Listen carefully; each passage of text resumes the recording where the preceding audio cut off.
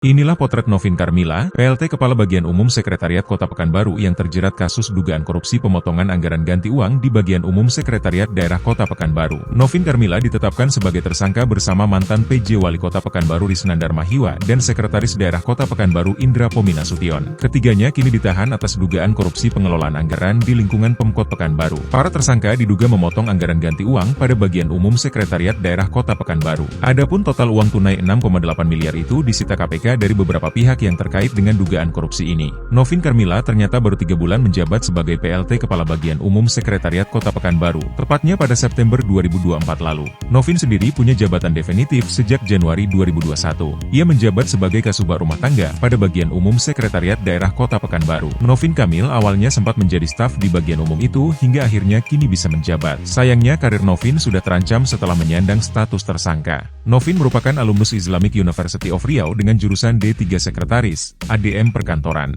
Ia tinggal di Pekanbaru dan lahir pada 8 November 1976. Operasi tangkap tangan KPK berawal dari rencana PLT Kepala Bagian Umum Sekretariat Daerah Kota Pekanbaru Novin Karmila yang hendak menghancurkan bukti transfer dugaan korupsi. Novin Karmila hendak menghilangkan jejak dengan menghapus transfer uang senilai 300 juta rupiah. Novin mentransfer uang tersebut ke rekening anaknya yang berinisial NRP. Dari informasi tersebut, kemudian KPK menangkap Novin Karmila di kediamannya dan menemukan uang 1 miliar rupiah dalam tas ransel.